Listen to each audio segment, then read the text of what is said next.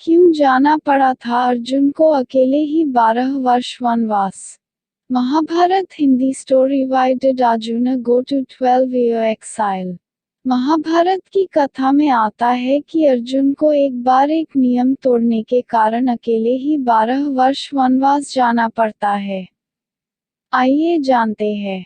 हमारे इस चैनल को सब्सक्राइब करो और घंटी भी क्लिक कीजिए क्योंकि एक वीडियो बनाने में अधिक समय लगता है। आपका अपना चैनल पौराणिक कथा। नमस्कार दोस्तों।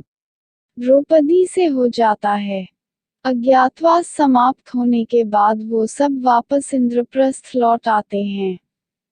इंद्रप्रस्थ में राज्य पाकर धर्मराज युधिष्ठिर अपने भाइयों और द्रौपदी के साथ सुखपूर्वक रहने लगे।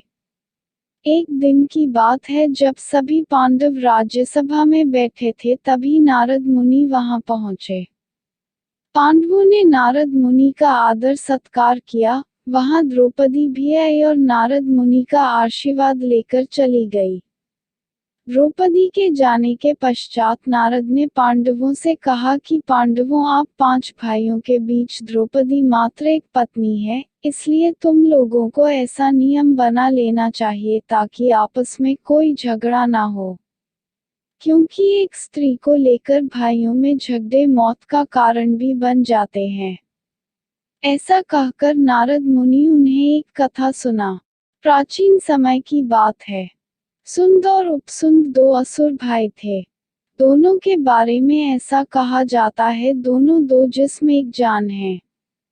उन्होंने त्रिलोक जीतने की इच्छा से विधिपूर्वक दीक्षा ग्रहण करके तपस्या प्रारंभ की।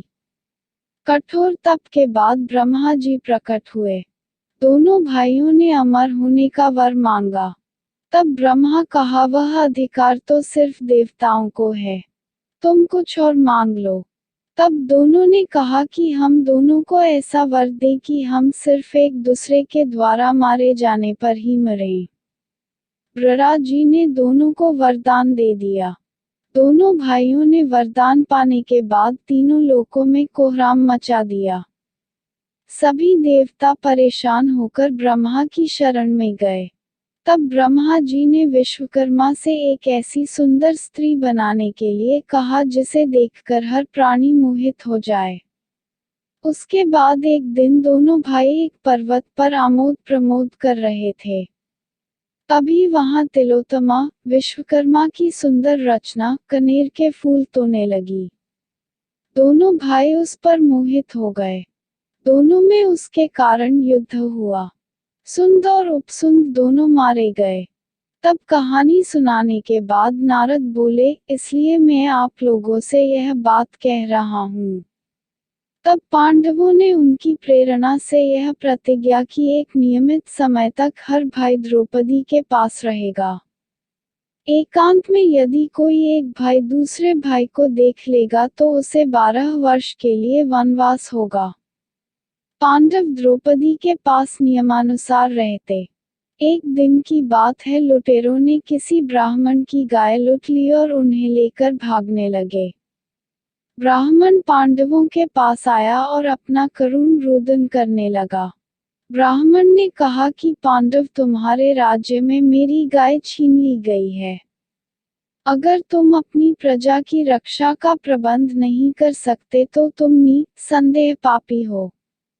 लेकिन पांडवों के सामने अड़चन यह थी कि जिस कमरे में राजा युधिष्ठिर द्रौपदी के साथ बैठे हुए थे, उसी कमरे में उनके अस्त्र शस्त्र थे। एक और कौटुंबिक नियम और दूसरी तरफ ब्राह्मण की करुण पुकार। तब अर्जुन ने प्रण किया कि मुझे इस ब्राह्मण की रक्षा करनी है, चाहे फिर मुझे इसका प्रायश्चित क्यों ना करना पड़े। उसके बाद अर्जुन राजा युधिष्ठिर के घर में निसंकोच चले गए। राजा से अनुमति लेकर धनुष उठाया और आकर ब्राह्मण से बोले, ब्राह्मण देवता, थोड़ी देर रुकिए, मैं अभी आपकी गायों को आपको लौटा देता हूँ। अर्जुन ने बाणों की बौछार से लुटेरों को मारकर गाय ब्राह्मण को सौंप दी। उसके बाद अर्जुन ने आकर युधिष्ठिर से कहा, मैंने एकांत गृह में आकर अपनी प्रतिज्ञा तोड़ दी, इसलिए मुझे वनवास पर जाने की आज्ञा दें।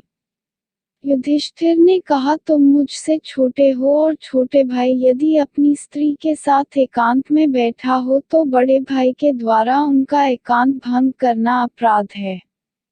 लेकिन जब छोटा भाई यदि बड़े भाई का एकांत भंग करे तो वह क्षमा का पात्र है। अर्जुन ने कहा, आप ही कहते हैं धर्म पालन में बहानेबाजी नहीं करनी चाहिए।